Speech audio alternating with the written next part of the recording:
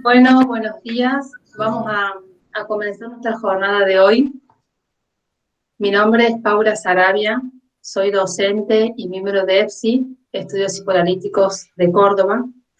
En nombre de nuestra institución, quiero darles la bienvenida a todos los participantes. Un gusto de estar acompañados hoy por una gran audiencia. Nos acompañan amigos, colegas y miembros de numerosas instituciones de Córdoba y de otras provincias argentinas, así como también de países latinoamericanos como Perú, Chile, Brasil y México. También contamos con la presencia de participantes de la Sociedad Psicoanalítica de Caracas, la Asociación Catalana de Psicoanálisis, la Federación Española de Psicoterapeutas de Madrid, la Sociedad Aragonesa de Psicoanálisis, Sociedad Española de Psicoanálisis y de la Asociación Aragonesa para la Investigación del Niño y la... Es un gusto enorme hoy para nosotros concretar la visita tan anhelada del doctor Luis Horstein, quien es y ha sido un importante referente teórico en nuestras clases de formación y en nuestro quehacer clínico. Quiero compartirles una breve cita que extraje de su libro Las encrucijadas actuales del psicoanálisis, que refleja lo que nuestro invitado sostiene y pregona: mantener el psicoanálisis vivo y el movimiento para que no se esclerose. La cita dice: en 1895, Freud arriba a la conclusión de que la neurosis es un edificio con muchas dimensiones. El psicoanálisis hoy es también un edificio con muchas dimensiones. Solo es posible orientarse en este laberinto teniendo presentes los planos originales que constituyen sus cimientos. Tenemos un patrimonio que cuidar. El psicoanálisis no es una isla, es una práctica, entre otras, a las que afecta y por las que es afectado. La tarea concierne a diversas disciplinas. Intercambiar con otros es la única manera de estar intelectualmente vivos. Para continuar con el intercambio de hoy, le voy a pasar la palabra a mi compañera Elizabeth Horn. Gracias. Buenos días, gracias Paula. Si bien todos sentimos que conocemos un poquito a Luis Horstein, porque su lectura nos ha acompañado a lo largo de nuestra formación, tanto en el grado como en el posgrado fundamentalmente, sentimos que es importante, repasar algunos aspectos de su trayectoria profesional. El doctor Luis Horstein es médico, psiquiatra y psicoanalista. Fue codirector junto al doctor Mauricio Goldenberg del Centro de Estudios Psicoanalíticos de Caracas. En 2006 recibió el premio Konex de Platino por su trayectoria en psicoanálisis. Se desempeña como presidente de la Fundación para el Estudio del Psicoanálisis, FUNDEP. Es profesor invitado de posgrado en diversas instituciones del país y del exterior. Es autor de varios artículos y capítulos de libros publicados en revistas nacionales y extranjeras. También ha publicado los siguientes libros: Teorías de las ideologías y psicoanálisis, Introducción al psicoanálisis, Cura psicoanalítica y sublimación, Cuerpo, historia, interpretación, Práctica psicoanalítica e historia, Proyecto terapéutico, Narcisismo, Intersubjetividad y clínica, Las depresiones, Autoestima e identidad, Las encrucijadas actuales del psicoanálisis y Ser analista hoy. Todos estos libros nos han acompañado en el desafío de no practicar teorías y sí de teorizar nuestras prácticas. Es un gusto tenerlo hoy como invitado.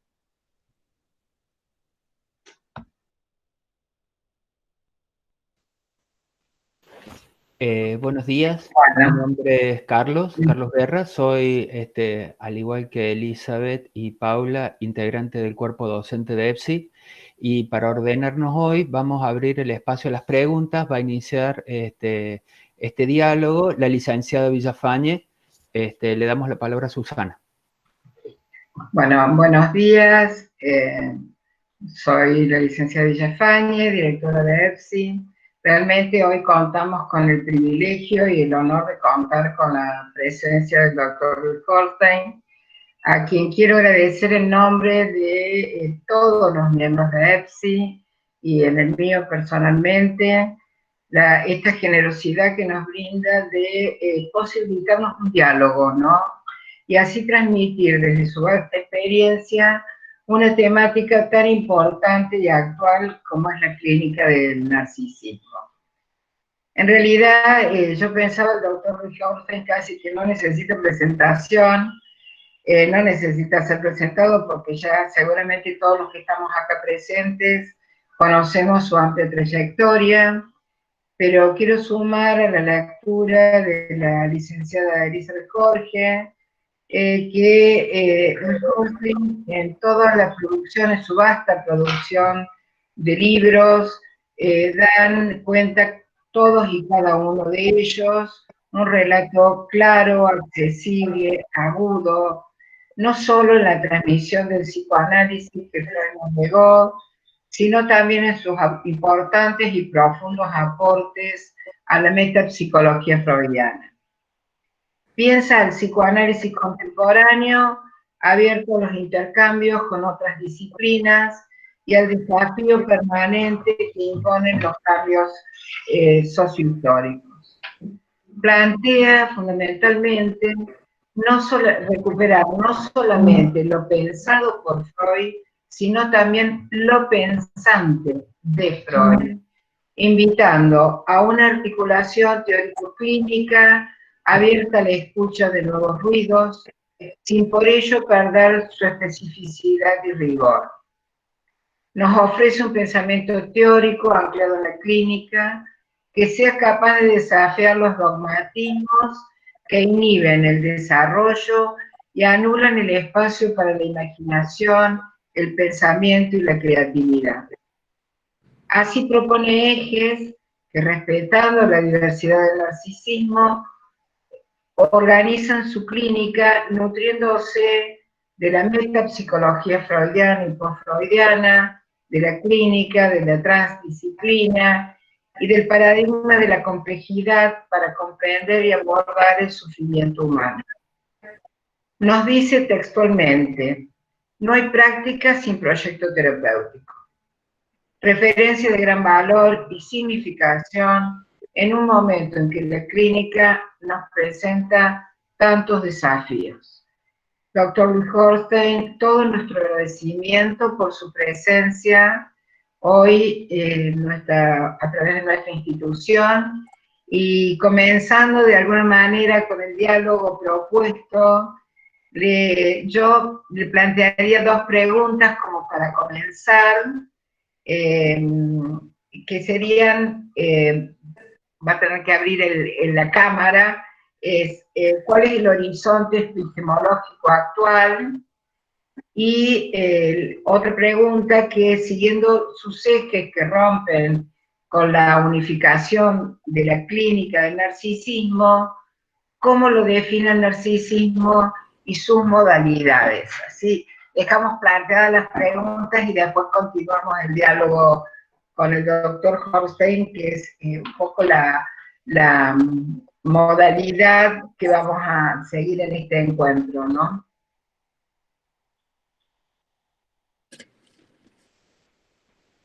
Bueno, no sé si ya me escuchan. Sí. ¿Se escucha? Sí, se escucha, Luis, se escucha.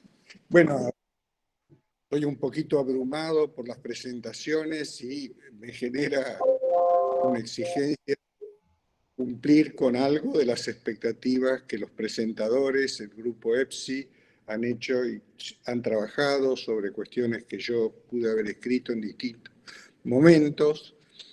Así que lo que voy a plantear es, y yo le decía a la charla que tuvimos, muy rica con el grupo de EPSI hace 3 semanas o 2 semanas, que sería bueno que esto no sea, por así decirlo, una conferencia, sino un intercambio, ¿no? Ese intercambio para mí tiene que ver con algo que de alguna manera plantearon, ¿no? Como recuperar los planos originales y además como en Freud, una vez que sale de psicoterapia de la histeria, donde todavía, perdón, cuando ya ingresa en psicoterapia de la histeria, donde abandona la teoría traumática, donde todavía pensaba, anterior a la psicoterapia de la histeria, en 1895, que el inconsciente era como un quiste, y como un quiste quirúrgicamente,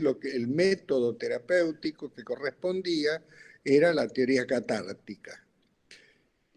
Cuando en 1895, ya en psicoterapia de la histeria, dice, no pienso a lo inconsciente como un quiste, sino como un infiltrado.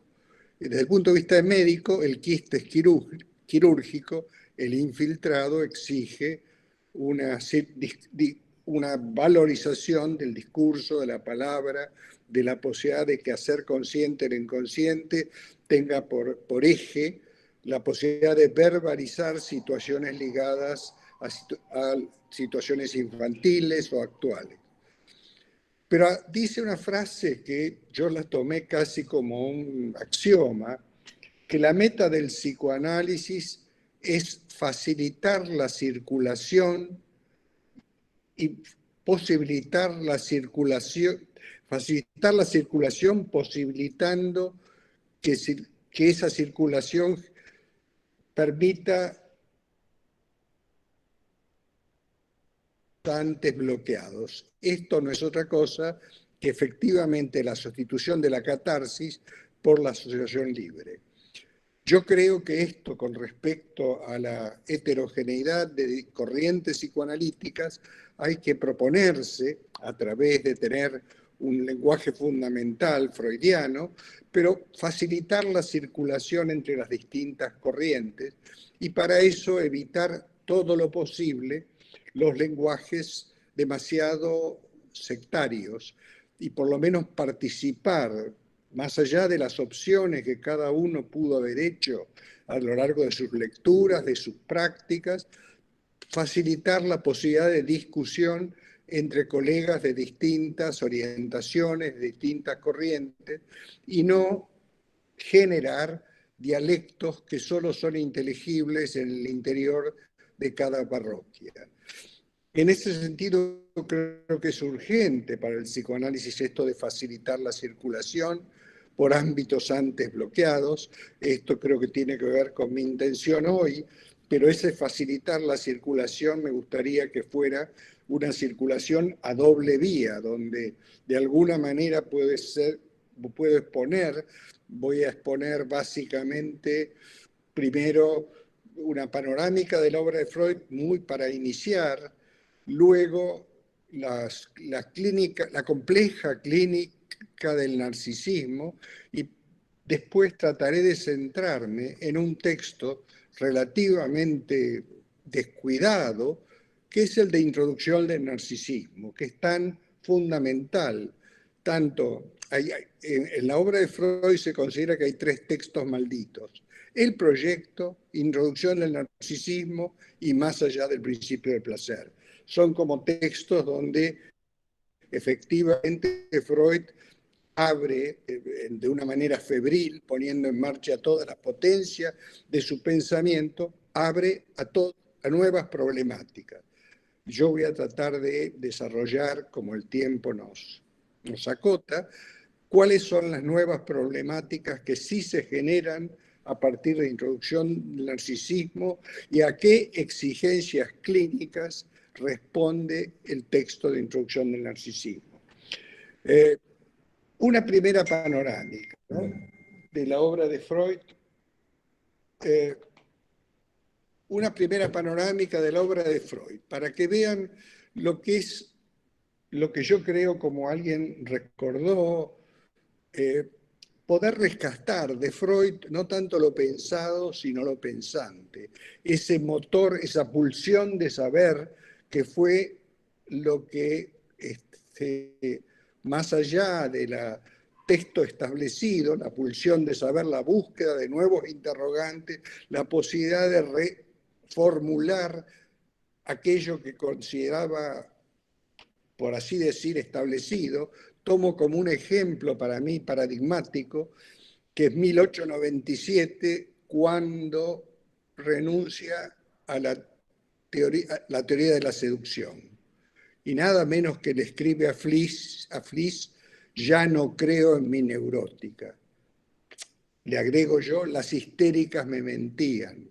No pudieron haber sido los padres tan seductores porque habría multiplicidad de padres perversos. Pero más allá de la discusión que hoy sí hay con respecto a una teoría de la seducción más estructural, lo que él dice, pero no estoy desmoralizado, no son las palabras, no estoy citando literalmente, sino que se está viendo un nuevo panorama, la metapsicología se me está abriendo desde una nueva perspectiva. Por supuesto que eso corrió el riesgo de que Freud planteó a partir de 1897 lo que en el proyecto de una psicología para neurólogos era la importancia del mundo externo como factor traumático, entra en un cierto solipsismo donde pasa a ser importante el mundo fantasmático con descuido, que luego retoma, de lo traumático externo. Entonces, más allá de que esa renuncia al traumatismo pudo haber tenido malas consecuencias en el post-freudismo, que se generó una concepción muy solipsista de la subjetividad, teniendo poco en cuenta la realidad actual. Más allá de eso, lo que interesa rescatar en esta primera aproximación es ese fracaso no me desmoraliza, sino que me abre un nuevo horizonte. Entonces yo lo que pretendo en estos primeros minutos es simplemente marcar cómo la obra de Freud es un movimiento constante, hay un devenir del pensamiento.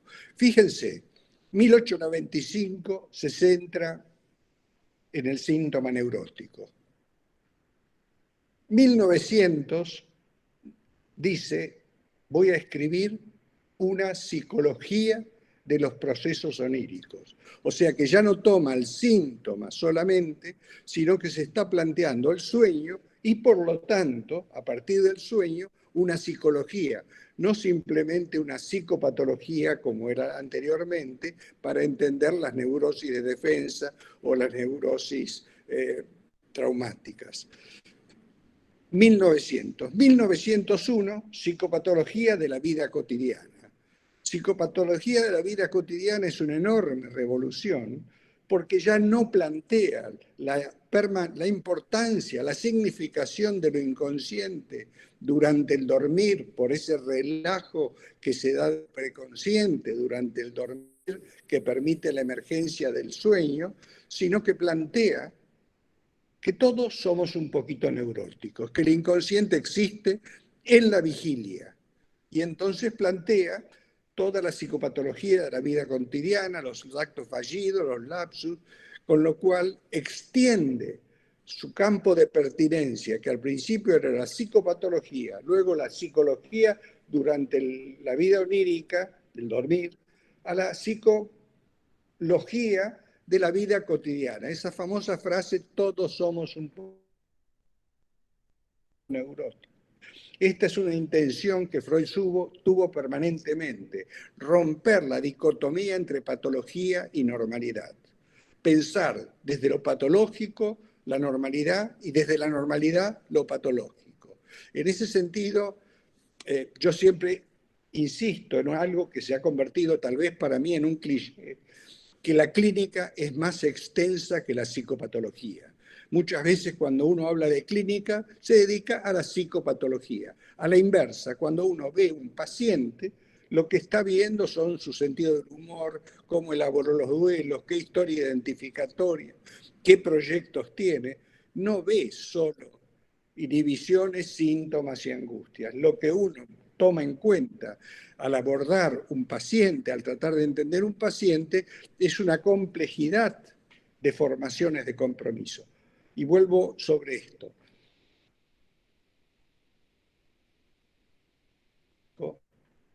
Escribe 2 obras fundamentales, por supuesto. Una es 3 ensayos donde plantea ahora sí que la sexualidad infantil también como universal y no solo que el psicoanálisis tiene que ver con ciertos traumas particulares, sino que toda la infancia implica un despliegue de una cantidad de elementos sexuales que luego van a dar lugar a distintas definiciones en el adulto. De nuevo, usa las perversiones para entender la sexualidad, o sea, la patología para entender la normalidad, para evitar ese abismo entre lo patológico y normal. Pero escribe una obra que para mí es fundamental, que es el chiste y su relación con lo inconsciente, donde por primera vez define una formación de compromiso que ya no está ligado a la patología, que ya no está ligado a la normalidad, sino está ligado a la creación. El chiste, dice Freud, es un retorno de lo reprimido que tiene en cuenta el principio de realidad. No hay peor frustración que contarle un chiste a alguien que no es de la parroquia. Uno siente una sensación de soledad cósmica. Entonces, es un retorno de lo reprimido, ligado a la creación, ligado a la originalidad, pero también al principio de realidad. Y sobre todo, no es como el acto fallido o como un síntoma, un retorno de lo reprimido que produzca angustia, sino que produce placer. Placer en uno, placer en el otro. Un placer compartido. Por eso yo definí 3 prototipos en las formaciones del inconsciente, las formaciones de compromiso, prefiero decir, porque el sujeto psíquico es mucho más que lo inconsciente reprimido. Tiene que ver con el yo, con el superyo y la realidad. El sujeto actual, el sujeto complejo al cual abordamos el psicoanálisis tiene que ver con efectivamente lo inconsciente reprimido, el yo, el superyo, la realidad. 4 instancias. Y cuando se simplifica, como se simplifica la idea que el inconsciente es solo el inconsciente reprimido, se olvida que en la segunda tópica el inconsciente lo inconsciente se complejiza y está lo inconsciente reprimido, lo inconsciente del yo, que tiene que ver con la historia infantil, lo inconsciente del yo con una historia identificatoria que es inconsciente, lo inconsciente del ello, que tiene que ver con la historia de la especie, y lo inconsciente del superyo. Con lo cual, si alguien dijera que la meta del psicoanálisis es hacer consciente lo inconsciente, estaríamos de acuerdo siempre que incluyamos lo inconsciente represor, lo inconsciente del yo, lo inconsciente del superyo, la historia identificatoria, la historia de la génesis de los ideales, de los valores, de la autocrítica, de la conciencia moral. En ese sentido, 1905, con el chiste, inaugura una serie que va a ser continuada con la sublimación, el humor, los vínculos actuales donde no predomina la repetición sino la diferencia, donde eso reprimido no retorna en forma de angustia sino de placer. Tenemos una idea a veces de pensar solo el conflicto, aunque el conflicto es el centro de la concepción psicoanalítica. Una madre que amamanta a su bebé puede sentir mucha angustia, pero también puede sentir placer. Si hay placer, es porque algo de lo reprimido de su historia infantil se está realizando en esta nueva relación con su bebé. Entonces propongo, porque otra de las críticas que se le han hecho al psicoanálisis, justas críticas, aparte de una cierta endogamia, es el descuido de los aspectos creativos del inconsciente. Y el pensar que lo inconsciente solo juega como repetición y no que la historia, la infancia no es solo fuente de repetición, sino generación de potencialidades. Por eso el paso siguiente es 1910 con Leonardo. Con Leonardo, por supuesto, Freud dice, me voy a meter con los grandes de la humanidad en lugar del frágil material humano de mi consultorio, y lo que postula la sublimación, en Leonardo, aparte de algo que vamos a ver como lección narcisista, la sublimación, como que la sublimación tiene que ver con la historia de cada quien, con que lo creativo de cada quien no solamente en lo inconsciente potencia la repetición, el síntoma, lo patológico, sino lo creativo. Pienso en Leonardo cuando digo esto, como Freud, pero también pienso en una madre que amamanta a su hijo o en alguien que tiene un vínculo erótico con alguien donde no hay duda que hay un inconsciente que está operando. Y no solo bajo la forma de generar psicopatología, no solo bajo la forma, para así decirlo, sistemáticamente del conflicto, sino de la cooperación entre sistemas. Esa madre que amamanta a su hijo, su historia infantil, su relación con su propia madre, su relación con este hombre, su relación con su padre, está cooperando con el vínculo actual. Entonces no podemos pensar solo con una mirada donde lo inconsciente es productor de psicopatología, sino de la psicopatología desde ya, pero también de la potencialidad creativa.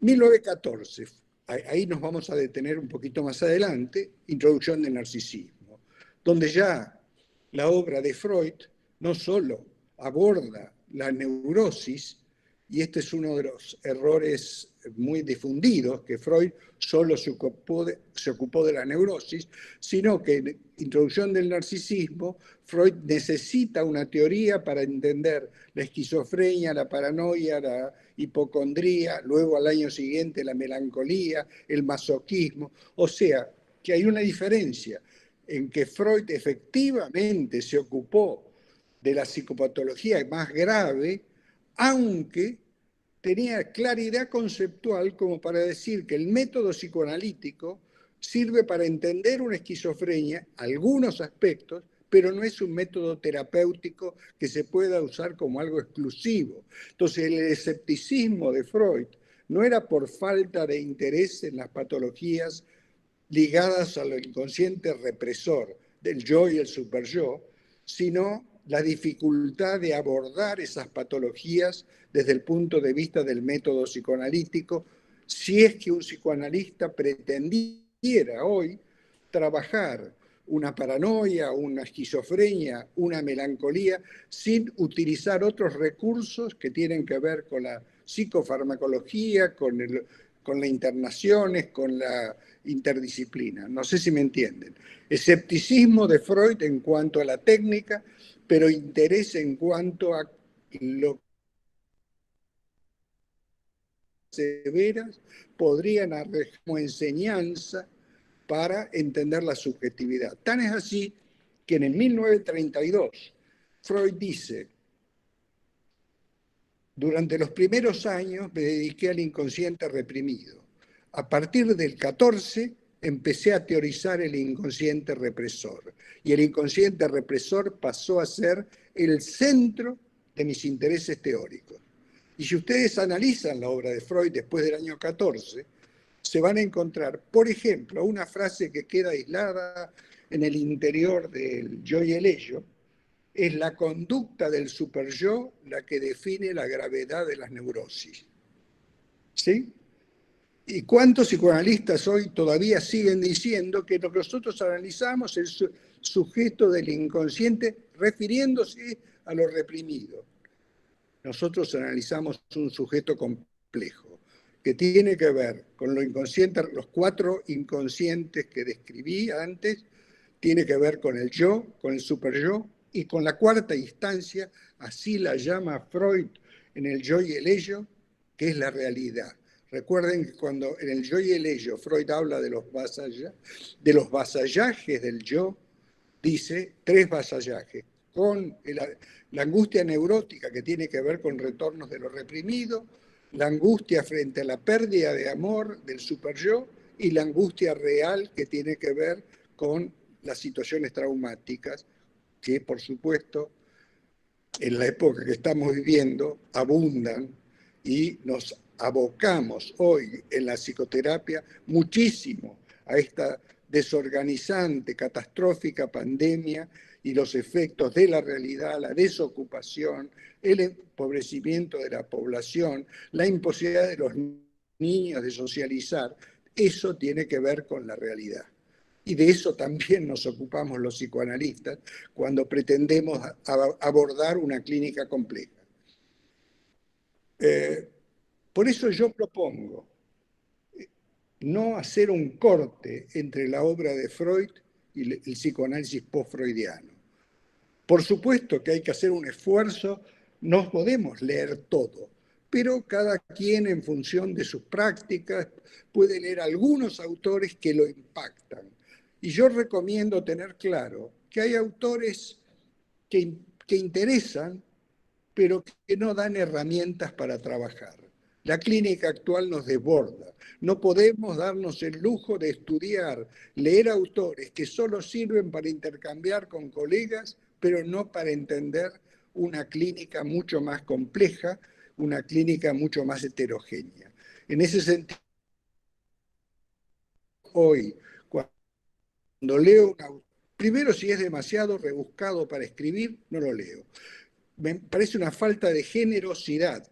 Ortega Gasset decía que la claridad es una cortesía de los filósofos. Yo diría que cuando uno escribe hay que tratar de ser lo más claro posible, aun cuando aborde problemas complejos. Es diferente en la teoría de la complejidad lo que se llama complejidad, que es propio de la realidad, de lo complicado, que es obra de la tendencia que nosotros tenemos a complicar las cosas innecesariamente y que en el mundo psicoanalítico ha generado muchas críticas desde ya, no solamente de los propios pacientes que dicen, estuve tantos años y nunca entendía de qué me hablaba mi psicoanalista, o de los medios periodísticos que dicen no le pido trabajos a los psicoanalistas porque escriben para un grupo, para su pequeño grupo o su gran grupo, pero no para que la gente pueda entender. Entonces, ¿qué pasa? ¿Qué es un trastorno? ¿Cuál es la complejidad de las problemáticas narcisistas? Tiene que ver con, una, asumir la alteridad. Uno puede preguntar a la gente, si yo les dijera a ustedes, saquen una hoja, díganme qué entienden por narcisismo.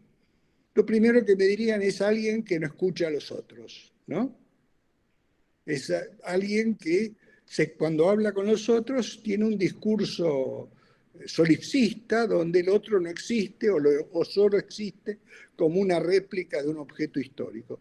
Bueno, no reconocer la alteridad es una problemática narcisista.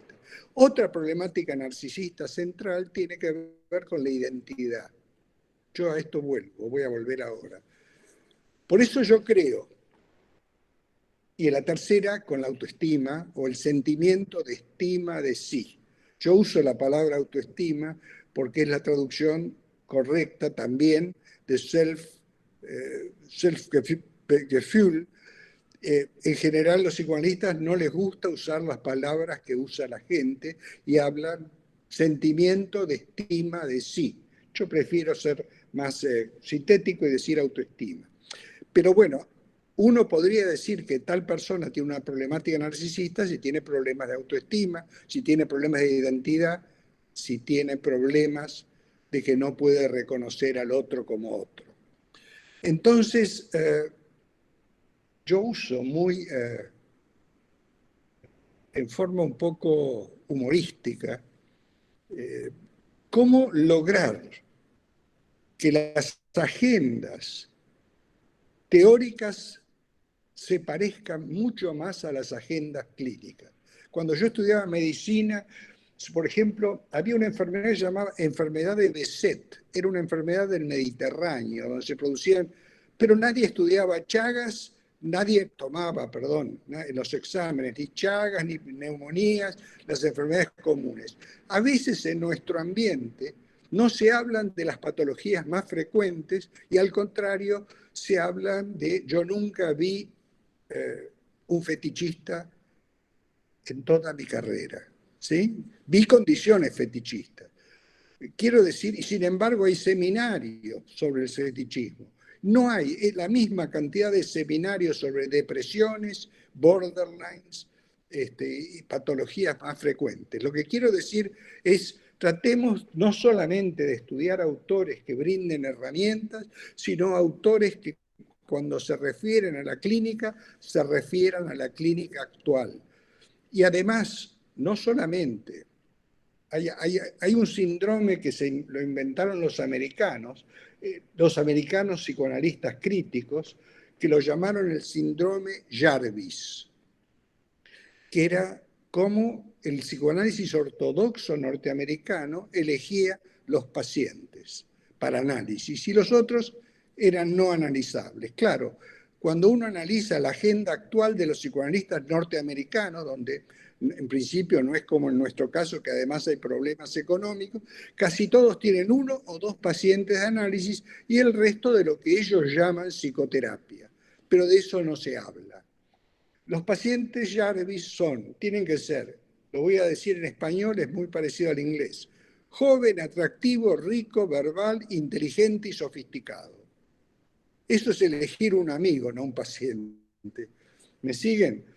Ese intento de reducir el psicoanálisis a solo los pacientes casi normales está en contradicción con lo que decía el propio Freud.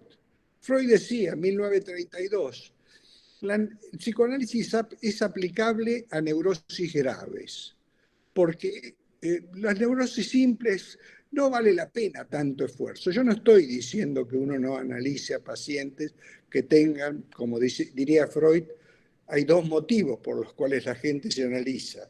Uno es por el monto de sufrimiento y otro es por la curiosidad. Puede haber un paciente con un enorme monto de sufrimiento, pero no tiene curiosidad.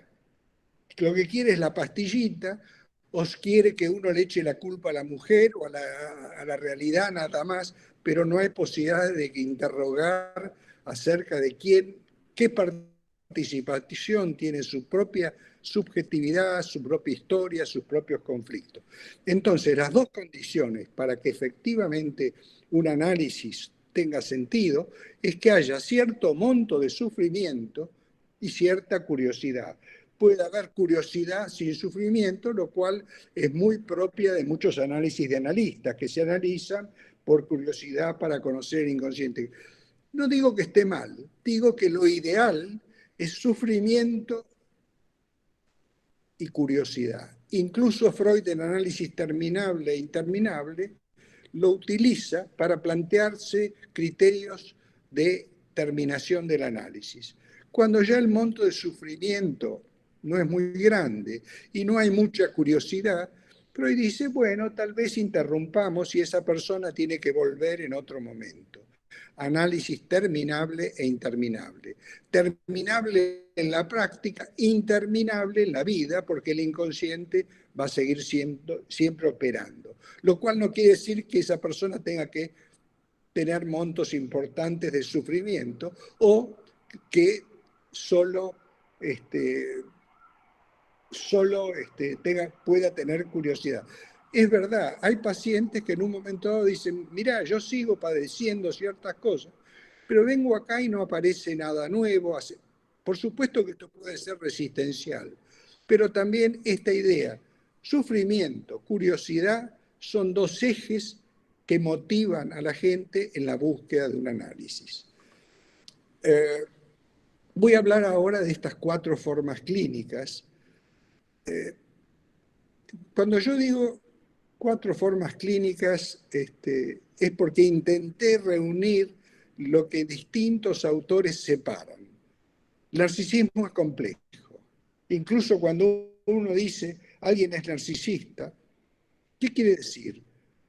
Puede ser narcisista a nivel afectivo, puede ser narcisista a nivel intelectual, puede ser narcisista a nivel vincular, puede ser narcisista a nivel de su relación con el cuerpo. Lo que quiero decir es que también en lo que es la definición de un narcisista hay que diferenciar la complejidad de aspectos en los cuales personas que pueden ser muy sólidas intelectualmente son muy frágiles afectivamente. A la inversa, pueden ser muy sólidas afectivamente y una frustración en el campo intelectual o profesional le produce un colapso narcisista. O pueden ser muy sólidas, pero tiene un episodio de impotencia o de eyaculación precoz y se derrumba. Lo que quiero con esto plantear aparte es no veamos el narcisismo solo como un bloque, porque cada uno de nosotros tiene zonas de mayor vulnerabilidad narcisista y zonas de mayor fortaleza. Esto tiene que ver, por supuesto, con la historia identificatoria, con cómo se constituyó cada quien. Pero voy a hablar ahora entonces de 4 problemáticas narcisistas en la medida en que distintos autores han privilegiado unas y han descuidado otras. Por ejemplo, primera problemática narcisista, está centrada en la identidad. Uno dice,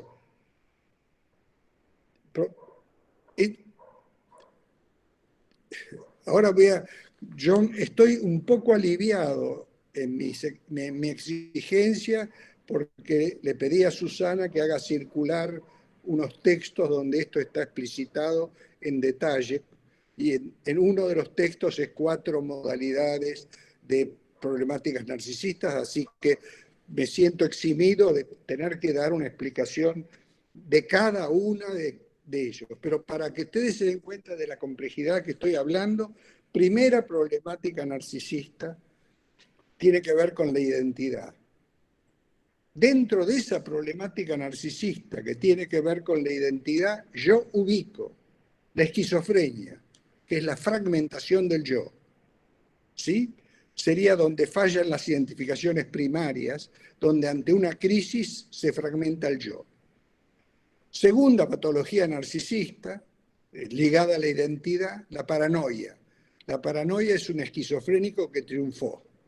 Es un esquizofrénico que pudo construir un delirio que lo preserva de la fragmentación. Aunque la angustia predominante es de fragmentación, mientras su delirio sea coherente, él no es un esquizofrénico, sino que se preserva en su capacidad demasiado de pensar, de argumentar, y no se le fragmenta el yo. Pero tiene que ver con un yo fragmentable, tiene que ver con una ansiedad de fragmentación. Cuando a un esquizofrénico se le quiebra el delirio por distintas razones, cuando un paranoico, puede hacer una esquizofrenia. La tercera problemática, y acá sí entramos en la clínica cotidiana, no ya de la psiquiatría con mayúscula, sino de la clínica de todos los días, son los pacientes borderline. El paciente borderline es básicamente un paciente que tiene que ver con un yo lábil tanto en la representación como en las funciones. En la representación porque sienten que unirse a otro le hace perder los límites propios y las ansiedades predominantes son de fusión e intrusión. Entonces hay pacientes, y es interesante insistir en esto, que el mismo conflicto puede dar lugar a formas clínicas distintas. Hay pacientes borderline que tienden a la fusión, que uno diría simbióticos, y otros que son esquizoides, que no se pueden vincular con nadie y tienen que mantener distancia. El conflicto es el mismo, la forma clínica es distinta. Primera problemática narcisista, identidad. 3 cuadros completamente diferenciables: esquizofrenia, paranoia, trastornos borderline. La identidad pensada no como un ser, sino como un devenir. Todos nosotros tenemos momentos de cuestionamiento de nuestra identidad. Ahora, no todos nosotros nos miramos ante un espejo y sentimos que se nos fragmenta el yo. Entonces, hay crisis de identidad que tiene que ver con las identificaciones secundarias, y crisis de identidad que tiene que ver con identificación aquellas que constituyen al yo. Freud, en Introducción del Narcisismo, va a hablar de que previo a la fase, él habla de 4 fases: fase autoerótica, fase narcisista, fase homosexual, heterosexual. Y va a decir que la esquizofrenia está ligada a la fase autoerótica, donde el yo no existe desde el comienzo, sino que tiene que constituirse. En la esquizofrenia hay una regresión a la fase autoerótica, de fragmentación del yo. En la paranoia y en la melancolía, a la fase narcisista. Después voy a seguir. Lo que quiero decir es que los conflictos son distintos y los puntos de fijación son distintos.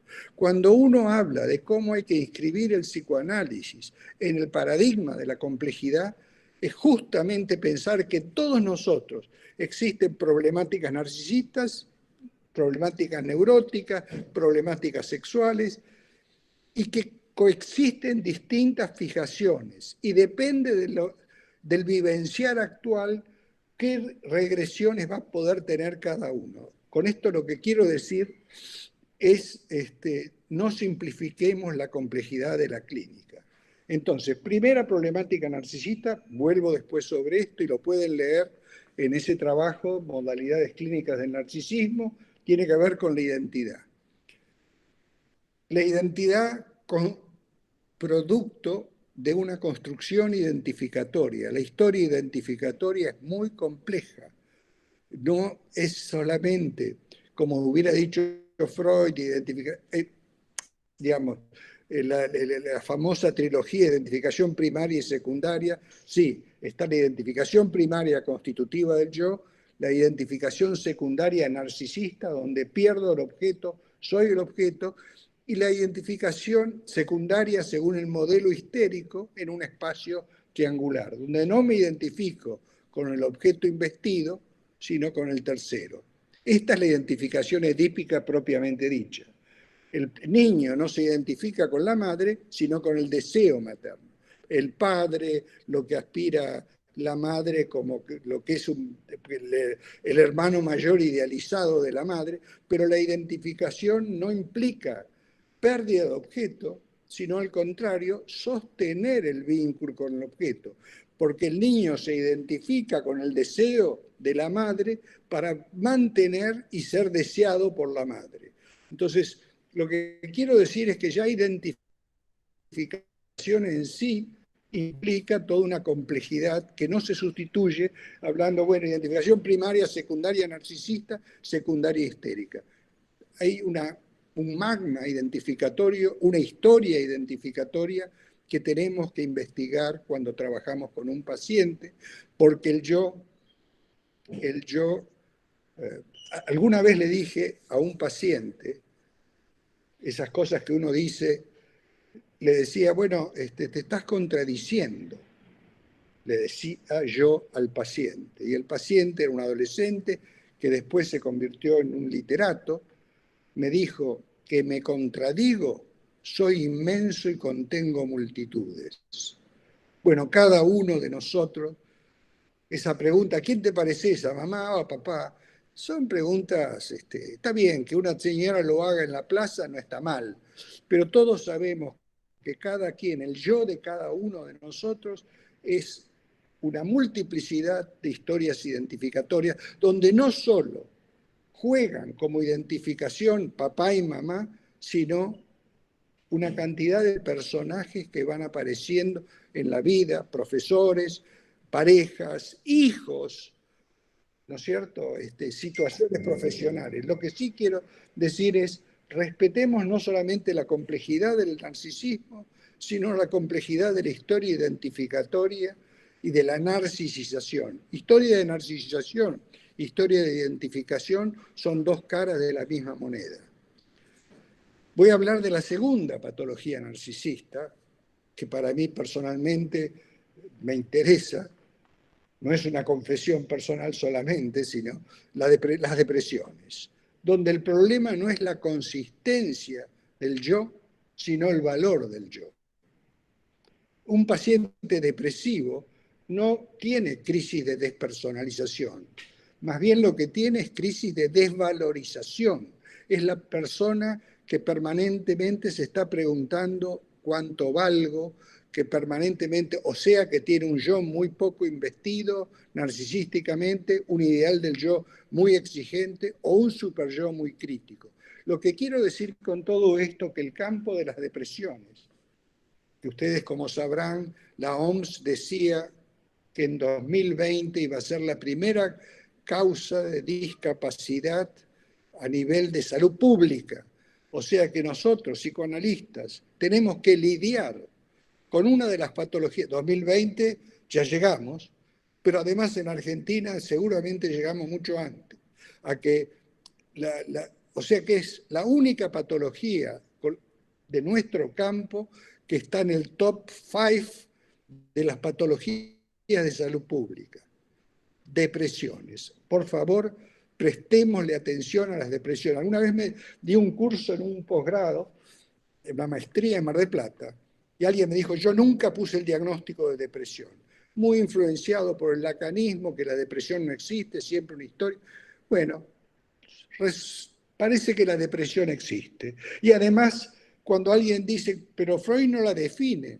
¿Cómo no? Freud define, cuando escribe Neurosis y Psicosis, 3 patologías. Plantea la psicosis, conflicto con la realidad. La neurosis narcisista, conflicto entre el superyo y el yo. Y la neurosis, conflicto entre el yo y el ello. O sea, da una definición estructural de las depresiones, aunque se refiere a la melancolía, pero tenemos una, yo usé en ese libro que escribí en el 2006 y que ahora volvió a salir en La Nación, Planeta, en los kioscos, se llamaba Las Depresiones. Y puse en plural las depresiones, porque son mucho más que una y no podemos regalarle la depresión a los psiquiatras, porque ahí es donde opera el reduccionismo bioquímico, pensar que es un problema de moléculas. Esto es más cierto en las depresiones severas, pero no es así en las depresiones leves y moderadas, donde el conflicto de autoestima, de sentimiento de estima de sí, si quiero ser un poquito más ortodoxo, de sentimiento de estima de sí tiene que ver con la narcisización del yo, cómo se constituyó el superyo, cómo se constituyó los ideales del yo, pero además, qué tipo de duelo se está afrontando cada quien. Hoy en día, lo que estamos viviendo en Argentina, ¿cuántos duelos tenemos que ir procesando y tramitando? Duelos laborales, duelos económicos, duelos de pérdida de autonomía de mucho tipo, duelos en cuanto al sufrimiento por situaciones sociales. ¿Cuánto habrá de depresión cuando podamos analizar las consecuencias de esta pandemia? ¿Y hasta qué punto no se resuelve con pastillas? Yo decía en algún momento que hay debates en nuestro campo, discúlpeme que mezcle un poco las cosas, pero para mí esto es importante. Hay debates en nuestro campo que tienen que ver con debates creenciales. Uno ya no discute con alguien que, supongamos, ha hecho del kleinismo, del lacanismo, un instrumento de trabajo, sino su identidad. Entonces esos debates creenciales son muy complejos, porque esa persona tiene una identidad dada por su conocimiento, su orientación dentro de un grupo, dentro de una teoría, etcétera, etcétera. Hay debates corporativos, donde lo que se debate son problemas de instituciones. Uno pertenece a tal institución, a tal otra. Hay debates conceptuales, que son los que uno tiene que privilegiar, donde lo importante es qué conceptos dan mejor cuenta de nuestras problemáticas clínicas. Pero cada vez más hay otro tipo de debate, que son los debates económicos. Cuando hablamos de depresiones, debatimos con la industria farmacéutica. Y la industria farmacéutica facturaba hace 5 años 20.000 millones de dólares a nivel mundial y 10.000 millones de dólares en Estados Unidos. 13% de las prescripciones son antidepresivos. Y se descubrió, no yo, sino el Journal of American Medical Association, que en las depresiones leves y moderadas la eficacia del antidepresivo es del 76%, 70% en cuanto a disminución de síntomas. Pero, quedando placebos, uno consigue que el 82% remitan esos síntomas también. Con lo cual, reduzcamos la importancia de los antidepresivos. Yo no digo que no hay que darlos, pero sepamos que lo que genera, aparte de que eventualmente uno decida medicar, lo que genera es el vínculo, la comprensión, la escucha, la posibilidad de entender los conflictos propios de esa persona, que no solamente remiten a la historia infantil, sino también a la historia actual. Porque otra confusión en psicoanálisis bastante difundida es pensar que historia es historia infantil. No, series complementarias tiene que ver con lo genético en Freud, con lo infantil y con el vivenciar actual. Yo agregaría, o sea que cuando hablamos de historia, no estamos hablando de qué le pasó a este niño cuando tenía 4 años. Estamos hablando de qué le pasó a este hombre cuando hace 2 semanas tuvo una pérdida objetal importante o una pérdida laboral o una situación de decepción de distinto tipo, alguien que valoraba y que desvaloriza, y hoy está con un duelo. El duelo tiene que ver entonces no solo con aquellos duelos, aunque siguen siendo significativos, sino también con los duelos actuales. Y yo agregaría hoy algo que no está en Freud, pero que sí vale la pena rescatar, que es la idea de futuro. ¿Cuál es la importancia de la metapsicología del tiempo futuro? ¿Cómo nos está afectando? Voy a usar la pandemia, pero esto viene desde siempre. ¿Cómo nos afecta?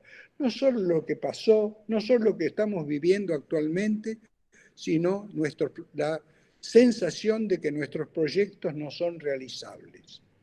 O sea, cómo nos afecta el futuro en nuestra vivencia de quiénes somos, cuánto valemos. En ese libro, que se llamaba Las depresiones en plural, yo había puesto un subtítulo que tenía todo un sentido, que se llamaba Afectos y humores del vivir, porque quería romper el abismo entre la mirada psiquiátrica de que la depresión es un enfermo que hay que medicar y las depresiones de la vida cotidiana en mayor o menor grado, los duelos, las crisis. Entonces, afectos y humores del vivir tiene que ver cada vez más con integrar que nuestro trabajo con pacientes, lo que está viviendo cada quien, tiene que ver con una multiplicidad de vivencias, entre ellas oscilaciones en la autoestima. ¿Sí? Y que yo solo llamaría depresivo, ahí sí, sea una depresión leve, moderada, cuando ese sentimiento de poca autoestima es estable.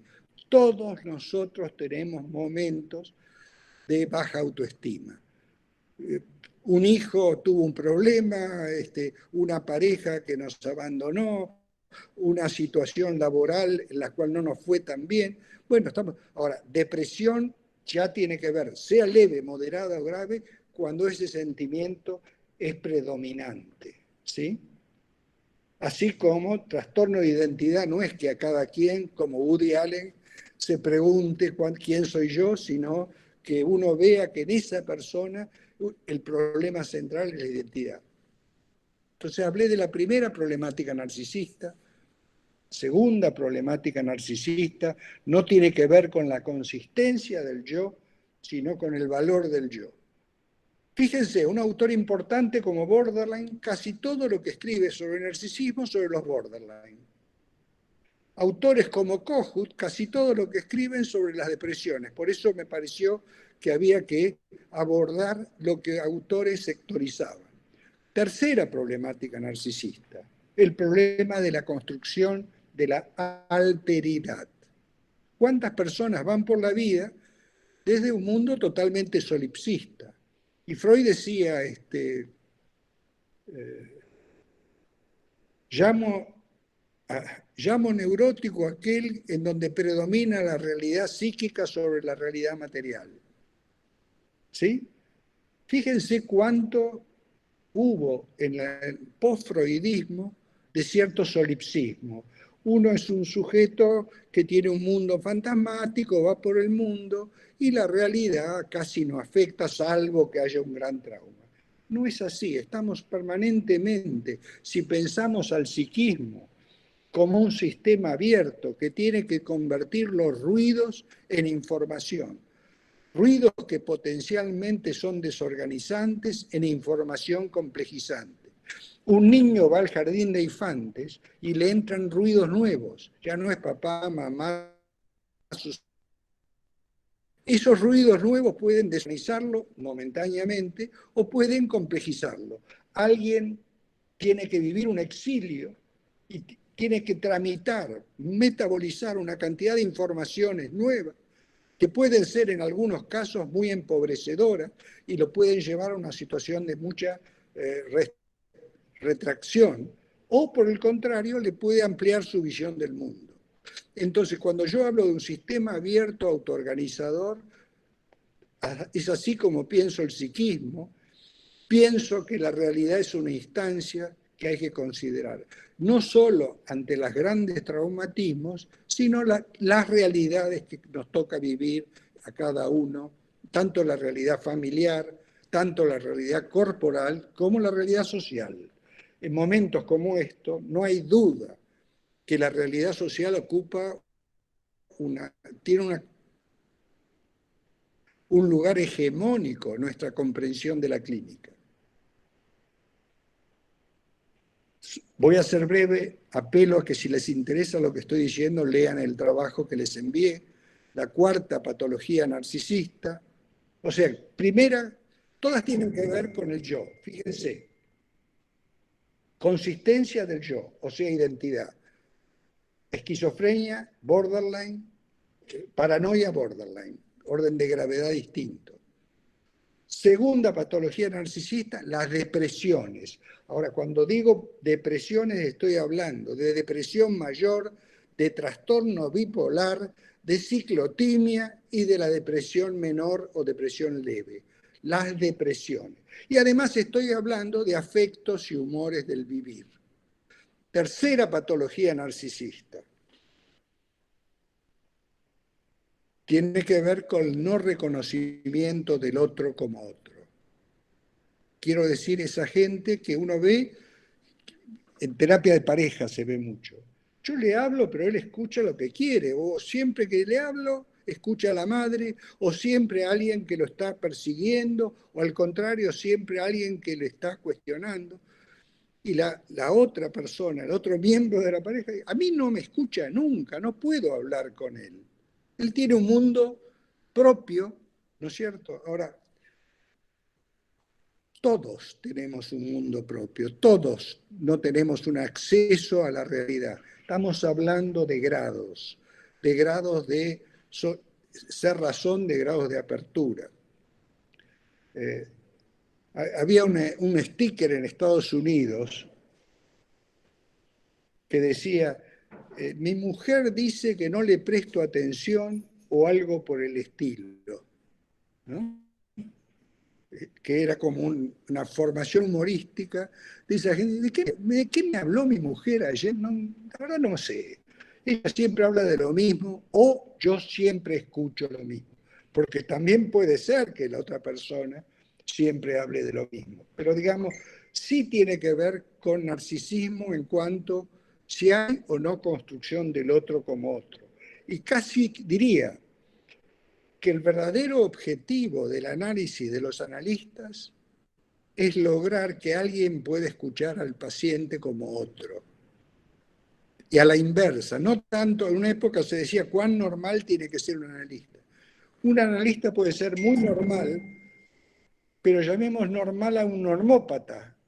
Eso que George McDougall definía, son tipos normales, pero van por la vida totalmente cerrados. No, un analista puede tener conflictos, puede tener síntomas, puede tener patología, puede escuchar al otro como otro. En una época hubo discusiones terribles, esquemáticas, acerca de si un homosexual podía ser analista. No depende de homosexualidad o heterosexualidad, depende del grado de narcisismo en este aspecto. Si puede escuchar al otro como otro, o cuando el paciente viene y dice, sí, pues tengo un conflicto con mi padre. Ah, sí, yo le puedo explicar lo que es el conflicto con el padre. Yo tengo este conflicto con mi padre. Es así. No, se trata de ver de qué estamos hablando del padre de él en la historia de él. Yo siempre me acuerdo de una paciente hace muchos años que me dijo, yo de adulta no quiero ser una adulta frustrada. ¿Me entendés, no? Digo, no. Por supuesto que si tuviéramos una reunión social, yo diría, sí, te entiendo. Pero a la paciente dije, ¿qué es para vos una adulta frustrada? ¿Me entienden? Eso es lo que yo diría propio del análisis, saber que hay muchos sobreentendidos y que uno tiene que tratar de entender qué sentido tiene cuando alguien dice, tengo conflictos con mi papá, tengo conflictos con mi vida, soy un fracasado. ¿A qué llamas fracasado? ¿Por qué te sentís fracasado? Pues yo puedo ser un fracasado, sentirme fracasado, pero el fracaso de él puede ser muy distinto a lo que yo siento como fracaso. Esa es la tarea analítica. Ese es el verdadero motivo por el cual los analistas deben analizarse, para poder escuchar al otro como otro, para salir de ese circuito narcisista donde Lacan lo decía a su manera, el problema de los psicoanalistas es que comprenden demasiado. Cuando él decía eso, quería enseguida, usted me habla del papá, claro, eso lo sé mucho. No, yo puedo haber escrito, puedo haber leído libros sobre el Edipo, pero no sobre este Edipo. Este Edipo es lo que el paciente tiene que explicarme cómo fue la trama vincular que lo constituyó edípicamente.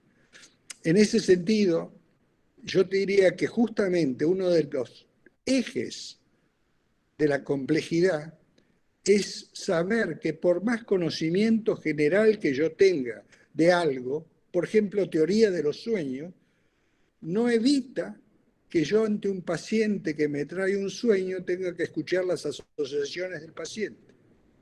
Eso es complejidad.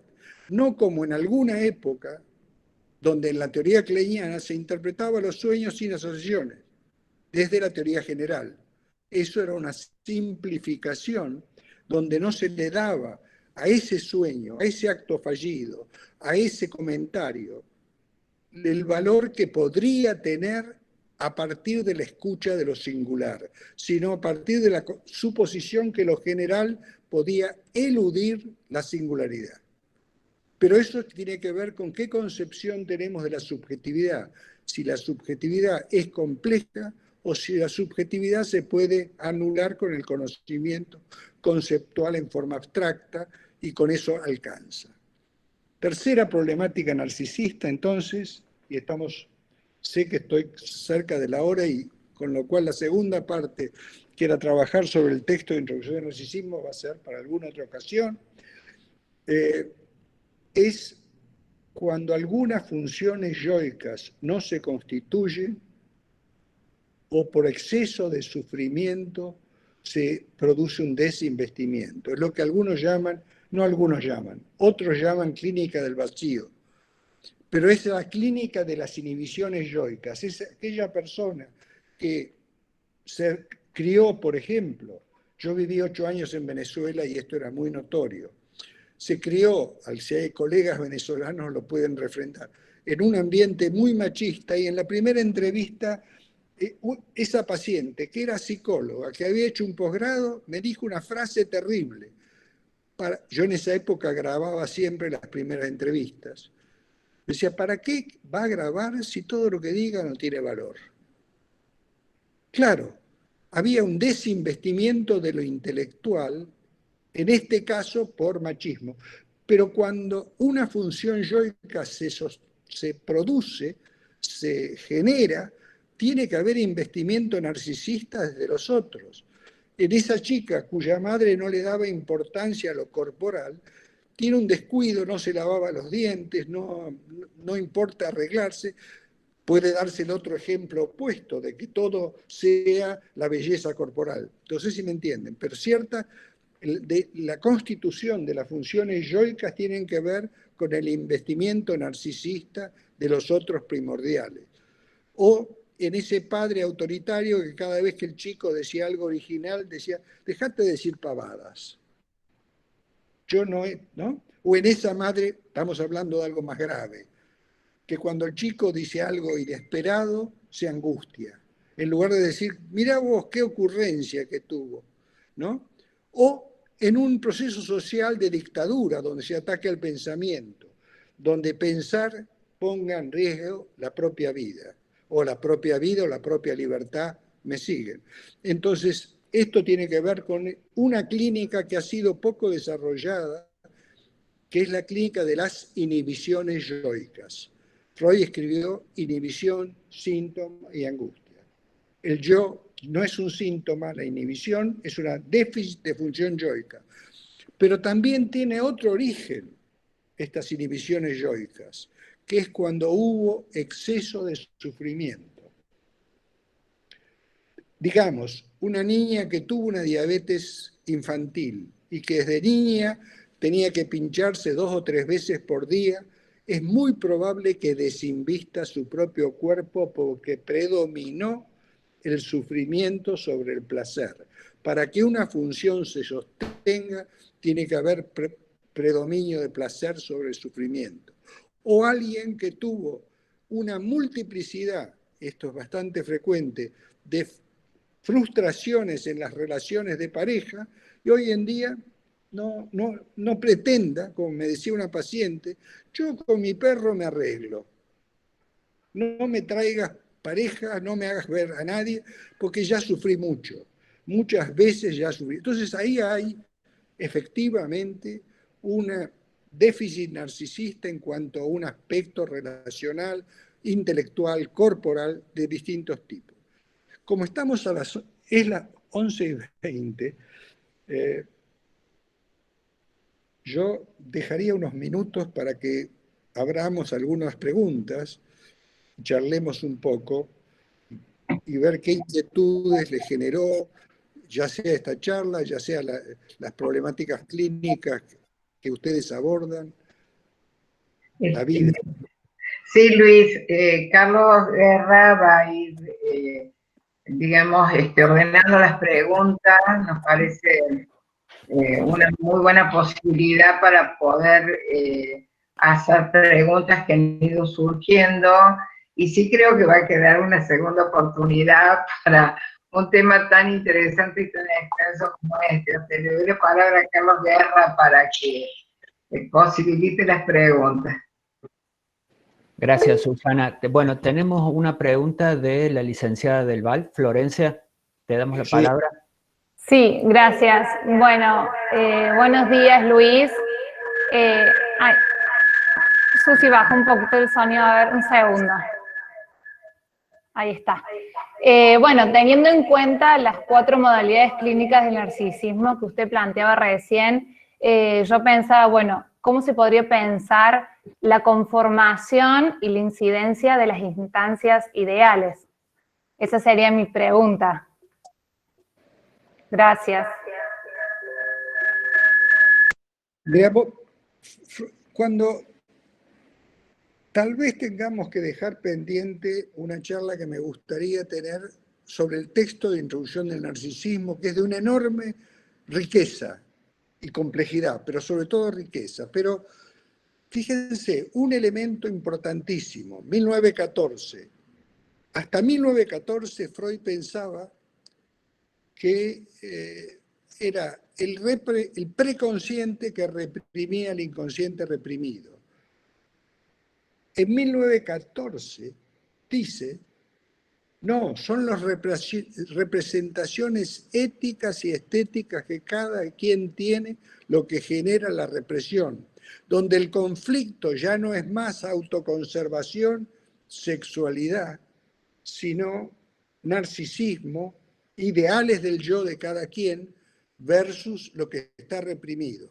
Y dice, no se accede al ideal del yo si no es entendiendo la singularidad de producción del ideal del yo.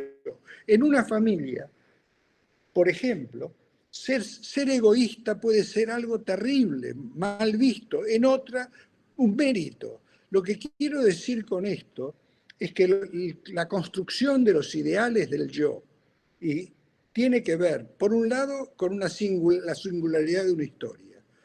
Pero además, quiero agregar, 1932, Freud dice, al principio influyen en la construcción del ideal del yo los padres, que son los primeros jueces, árbitros. Dice, más tarde, y acá digo algo que todos hemos vivido como duelo, más tarde menguan mucho y los ideales del yo son los que la sociedad propone como valores, los personajes que van a generar la complejidad del ideal del yo. Tiene que ver con los valores colectivos. Maradona, por ejemplo, esta semana, Charly García, lo que ustedes quieran, el Che Guevara o un millonario, Jeff Bezos. Lo que quiero decir es que analizar el ideal del yo de una persona es sumergirse en la historia singular, no solamente de la infancia, sino la historia actual y la historia de los valores colectivos, la ideología en la cual ese sujeto o ese paciente está inmerso. Pero yo diría, no usemos el singular. Freud decía, cuando hablaba del superyo, decía, para mí el superyo no es una abstracción, es una constelación estructural. Les digo esto del superyo porque en 1932 Freud va a decir el superyo aloja tanto al ideal del yo como la conciencia moral, como la instancia crítica. Entonces, lo que quiero decir justamente es, no simplifiquemos al superyo, y dentro del superyo, un aspecto son los ideales del yo. Y te encontrás con personas con ideales del yo muy exigentes, pero superyo es muy benévolo. Un tipo que quiere jugar como Messi, pero se divierte jugando al fútbol. Y otro que va al potrero, no quiere ser Messi, pero porque no metió un gol, se siente que esa mañana estuvo perdida. O porque tuvo un padre que dijo, pero vos no servís para nada, me siguen. Entonces, el tema de los ideales del yo, liguémoslo con la problemática de los valores, con la problemática de los juicios, con la problemática de la historia en la dimensión infantil, en la dimensión actual, pero también en la dimensión colectiva. Y cuando analizamos el ideal del yo de un paciente, Freud dice, en Introducción del Narcisismo, dice, un sujeto reprime lo que para otro no es objeto de represión. ¿Sí? Ese paciente que la madre decía, vos qué egoísta que sos, pero lo decía como un elogio, cada vez que es egoísta se siente que está realizando algo valioso. La otra, qué egoísta que sos, solo pensás en vos mismo, siente ese paciente que cada vez que piensa en sí mismo se está cometiendo una infracción a sus propios valores. Estoy tomando un ejemplo muy simple. Esto va, no hablemos en las mujeres el ideal del yo contradictorio que puede haber entre ser madre y ser profesional, cómo esos dos ideales pueden entrar en conflicto o puede haber una armonía. ¿Sí? Entonces, te agradezco la pregunta, Florencia, pero además te digo, abre a una problemática, la de los ideales del yo, las relaciones con el superyo, las relaciones con el narcisismo de una enorme complejidad, que se inaugura justamente en 1914, donde Freud dice por primera vez, segunda teoría pulsional, oposición entre libido narcisista, libido objetal. Hasta ese momento era autoconservación, sexualidad. Paradojalmente, yo decía en una época, en la primera época del SIDA, que volvíamos a la misma problemática de la primera época de Freud. Autoconservación, conflicto con la sexualidad. Hoy, con la pandemia, una pareja joven que se besa pone en riesgo su vida. ¿Sí? O sea que, de nuevo, hay un conflicto entre autoconservación, sexualidad. Y entonces, supuestamente, los manuales dicen que una pareja joven que pretendiera tener relaciones sexuales tiene que ser con barbijo, porque la saliva puede atentar contra su vida.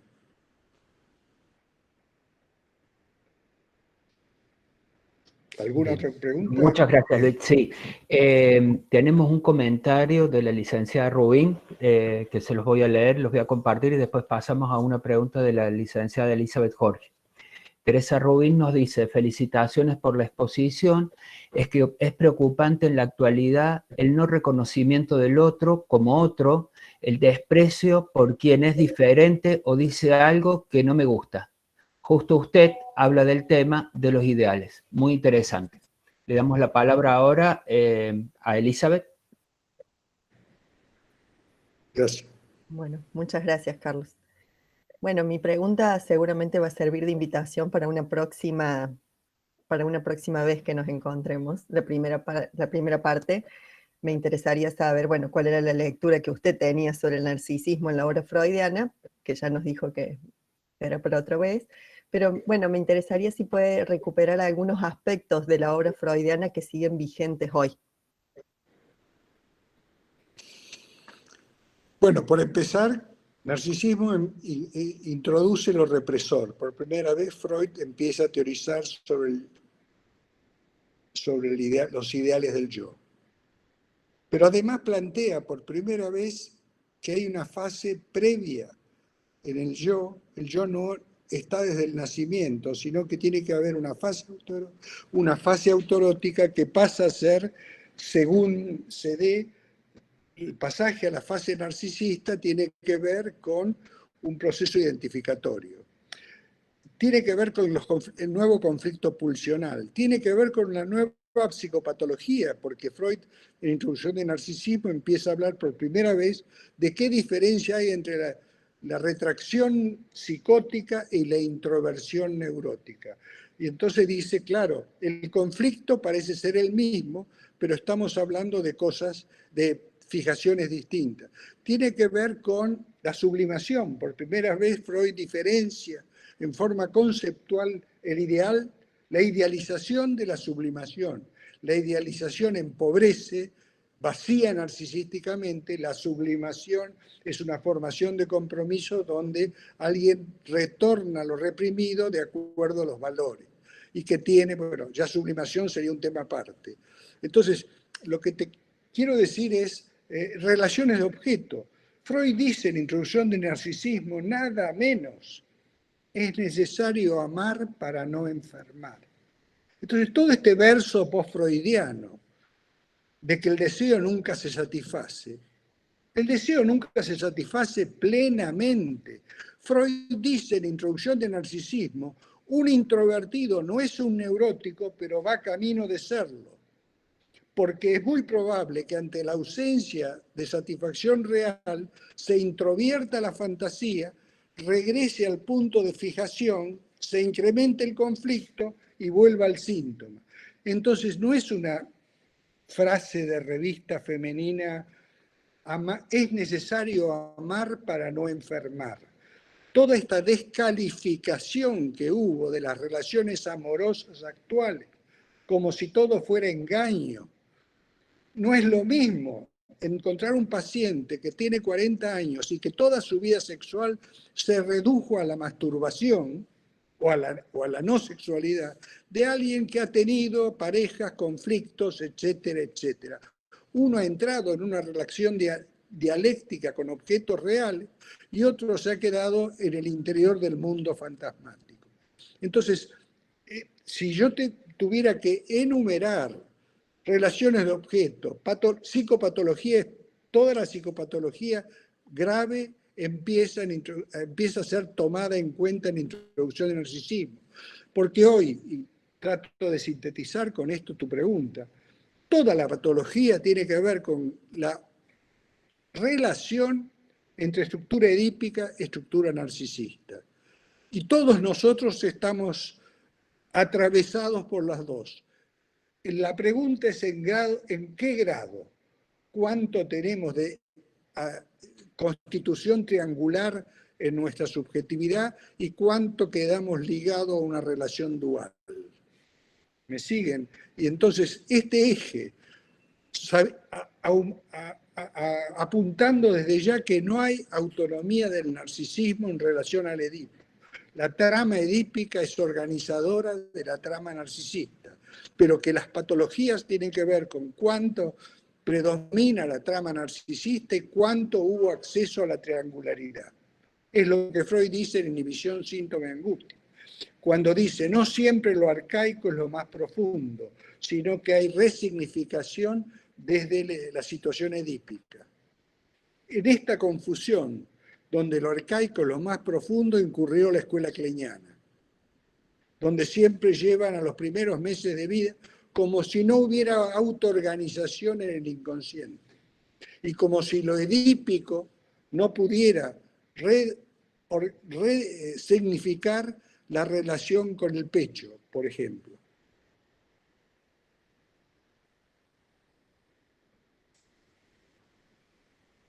¿Alguna otra cuestión? Sí, tenemos la pregunta, le vamos a dar la palabra a la licenciada Villafañez, a Susana.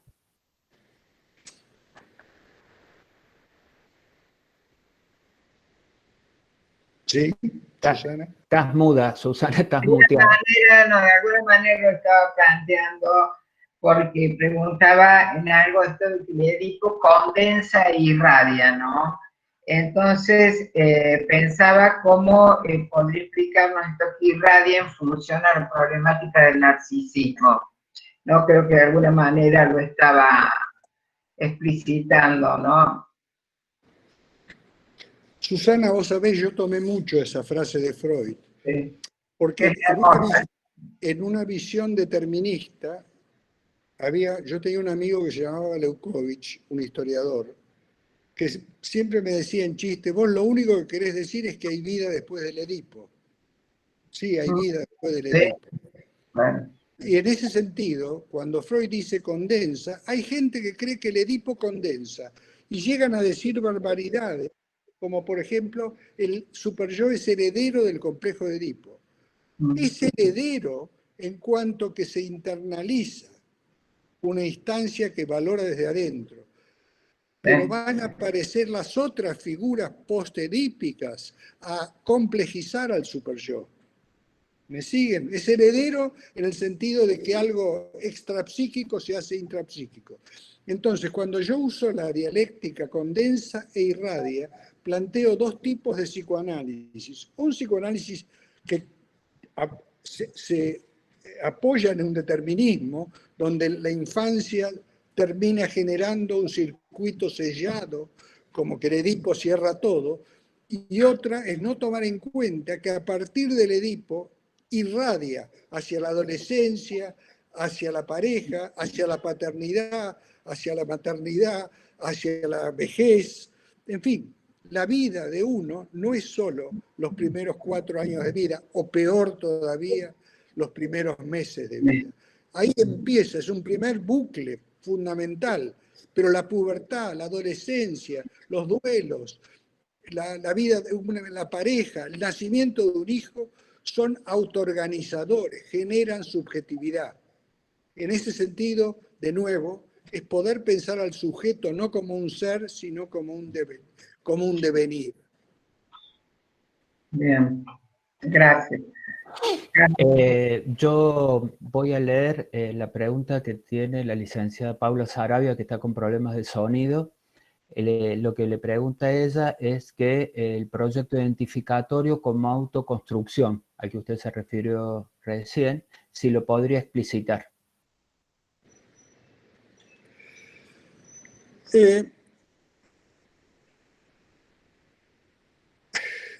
Hay algo que para mí es fundamental.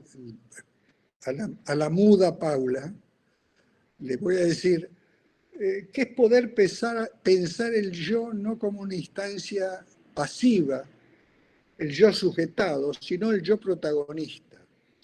Sobre ese niño caen identificaciones de los padres. Es como si dijera, ese niño recibe identificaciones que son como fotos, pero el álbum lo arma él. El yo no es solo identificado, sino identificante. No es solo sujetado, sino protagonista. Y esto, por supuesto, estoy hablando del niño, estoy hablando del adulto.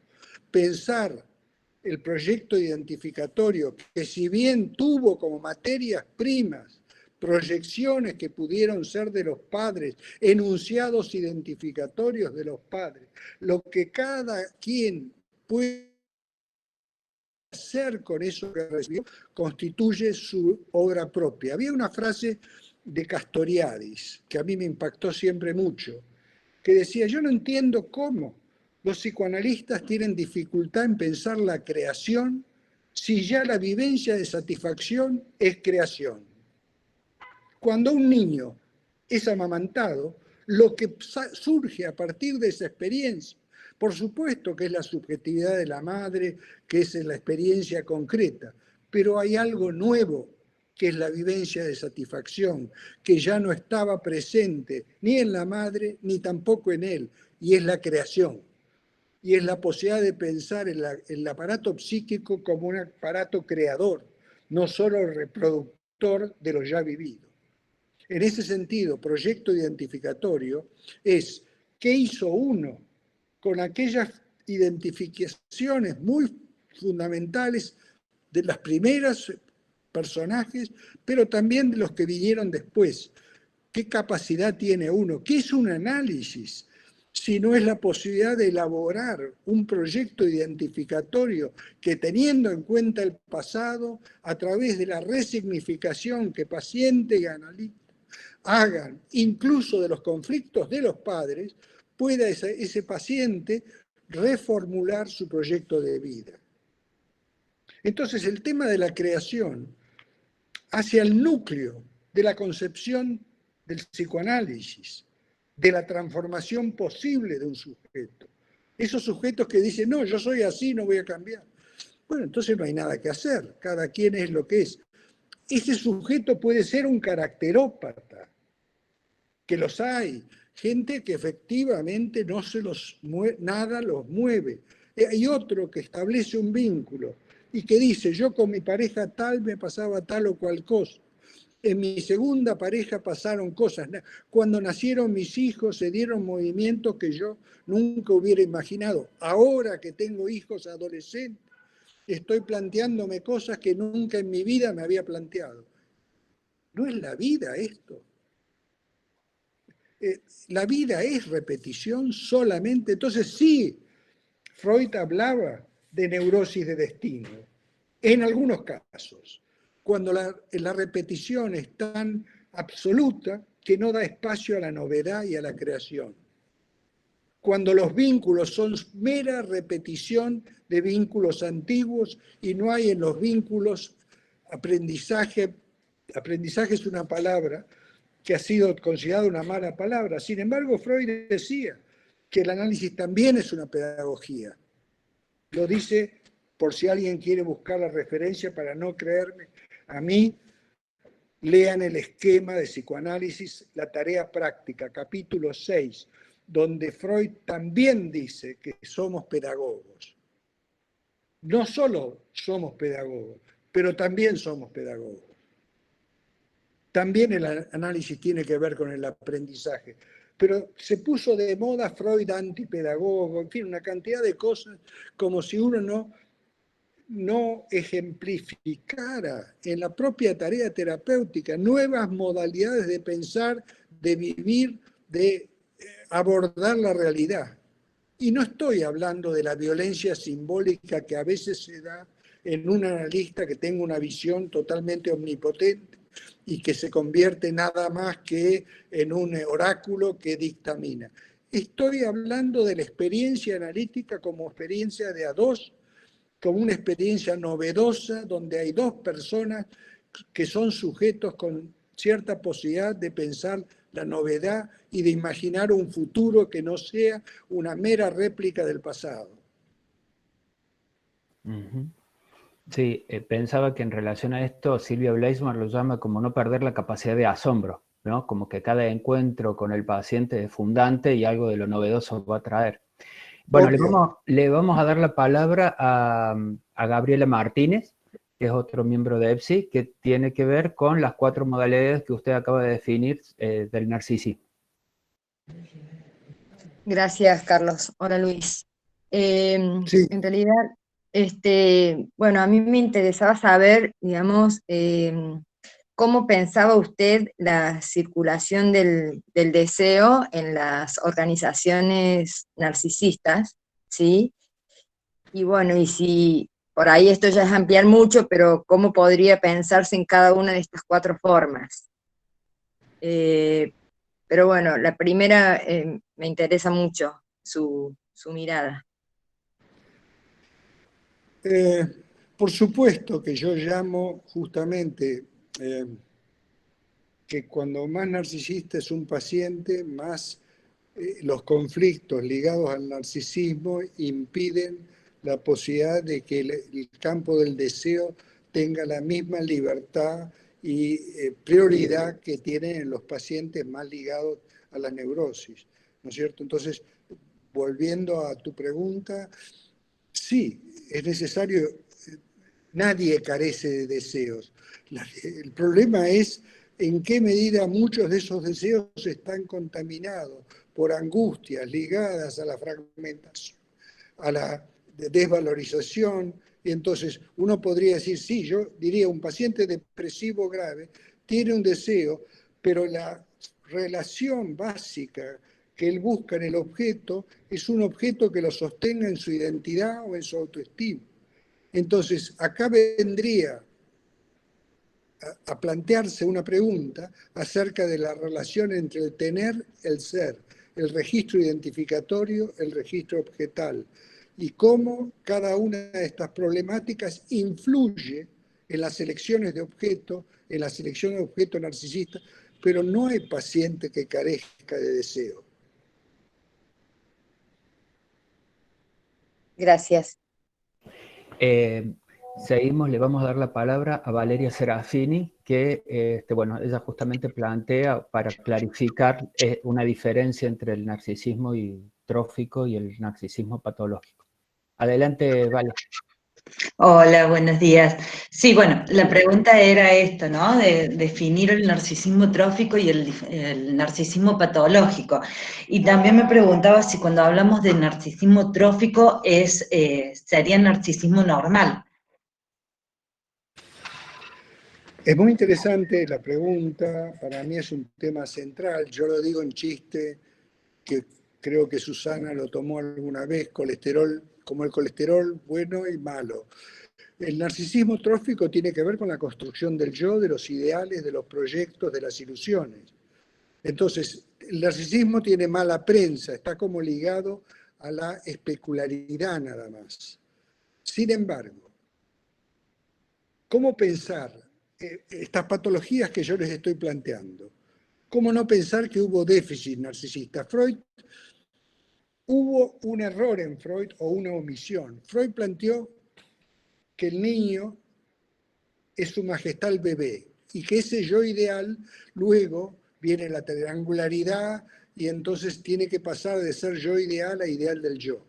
Lo que Freud no se planteó es qué pasa cuando ese niño no se constituye como yo ideal. ¿Qué pasa cuando ese niño no es investido narcisísticamente como alguien lindo, valioso, inteligente, cuando ese niño nació al mundo y lo que encuentra es indiferencia, o encuentra una madre y un padre centrados en sí mismos? Entonces, ¿cómo no pensar que estas patologías narcisistas tienen que ver con un narcisismo deficitario, patológico? Y a la inversa, ¿cómo no darse cuenta que cuando uno dice esta paciente tiene un yo que cumple ciertas funciones, que no se desequilibra, que puede pasar del proceso secundario, el primario al secundario, de la angustia traumática a la angustia señal, que puede reconocer la diferencia entre su mundo fantasmático y ciertos aspectos de la realidad, que puede tener proyectos, que sigue teniendo ilusiones, que se imagina a sí mismo en el futuro como padre, madre, pareja, profesional, activo, cuando se puede imaginar separándose de los padres y sintiéndose que eso no le va a hacer perder identidad. Ese narcisismo tiene que ver con identificaciones, y esas identificaciones tienen que ver con una incorporación, con un investimiento narcisista de los otros. Y cuando hablo de los otros, devuelvo a insistir, no estoy hablando de los otros de la primera infancia. Estoy hablando de las maestras. ¿Acaso ustedes no ven, por ejemplo, en el cine europeo actual, cómo la problemática de las minorías se convierte en central porque las maestras ven esto que pasa desde ya en nuestro país? Ese chico de la villa que va a una escuela de clase media, ¿qué investimiento narcisista recibe? Entonces, lo de rescatar. Fíjense, hay un autor que yo respeto, pero que se equivoca con una formulación. Green dice que Freud se olvidó del narcisismo cuando descubrió la pulsión de muerte. Cuando Freud escribe el yo y el ello, dice, voy a elaborar una ampliación de la teoría del narcisismo. Porque ya en el yo y el ello, no solamente el ideal del yo tiene que ver con el narcisismo, sino las identificaciones del yo. Entonces Freud no se olvidó del narcisismo, lo amplió en el 23. ¿Me siguen en esto? Porque el yo tiene que ver con el narcisismo, tiene que ver con la identificación. ¿Qué quiere decir que el narcisismo objetal deviene narcisismo yoico? ¿Qué es la definición más tradicional de identificación? Líbido de objeto pasa a ser líbido yoica. El yo se identifica con el objeto investido. Entonces, ¿cómo no pensar que la estructura psíquica, la organización psíquica, tiene que ver con la investidura narcisística? ¿Y cómo no pensar en los efectos negativos que puede haber en los déficits narcisistas, en los padres, en la sociedad, en el microgrupo, en una pareja? ¿Cuántas veces uno está ante una consulta de pareja donde dice, yo desde que estoy en pareja con esta mujer me siento cada vez que valgo menos porque no satisfago sus expectativas, porque no puedo ser el ideal que ella tiene de hombre? Y ahí estamos hablando de una relación actual, con efectos en el narcisismo. O ese mismo paciente dice, ahora con esta persona me siento mucho más valioso, no como con mi primera pareja. Bueno, en ese sentido, es un tema muy amplio, obviamente. Creo que estamos sobre la hora, Susana, y me parece que hubo, a mi gusto, nos hemos aprovechado de su buena voluntad. Porque realmente y productivo. ¿Cómo? Que hubo mucho intercambio, mucha participación de parte de ustedes, muchas preguntas muy pertinentes y muy centrales. Bueno, así que le queremos, realmente, hablábamos recién con Carlos Garro, nos comunicamos por el teléfono, si realmente no abusar de su tiempo, se presta para escucharlo un tiempo largo más. Bueno, quedará pendiente si es posible, otra actividad. Le agradecemos la gran generosidad, de verdad, todo el equipo y creo que todos los presentes, de su claridad, precisión, la generosidad de transmitir el saber que no todo el mundo lo tiene.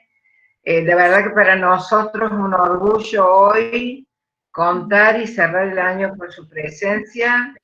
Honestamente, lo pensamos así, y bueno, en nombre de todos, y si hay alguien más de EPSI, Carlos, vos que estabas cerrando, porque Paula está enmudecida, darles palabras de agradecimiento a Luis Horsten, que bueno, también lo vengo persiguiendo hace un tiempo para tenerlo con nosotros, y hoy lo logramos, Luis.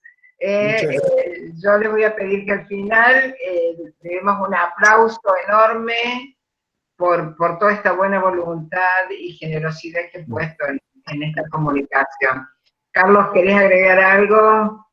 Sí, yo solamente lo que quiero agregar es, desde lo personal, pero también desde lo institucional, y es lo que de alguna manera refuerza mi pertenencia a EPSI, es que sus escritos, sus libros, en realidad siempre han funcionado como un faro en esto de navegar por la clínica de la actualidad, que nos ha sido como muy útil, y bueno, y reforzar esta idea de Susana en cuanto a su generosidad y a su humildad para poder transmitir, digamos, ¿no? En ese sentido, muchas gracias, ha sido un gusto. Bueno, muchas gracias. El micrófono, sí. ¿Sí? Muchas gracias a todos, ha sido muy placentero y me encontré con un auditorio muy entusiasmado a través de la gente que veo, pero sobre todo a través del tipo de preguntas que formularon, y me imagino que quedaron otras preguntas pendientes, será para otra oportunidad. Les agradezco mucho. Muchas gracias. Les pido que hagamos el micrófono y un aplauso para Luis.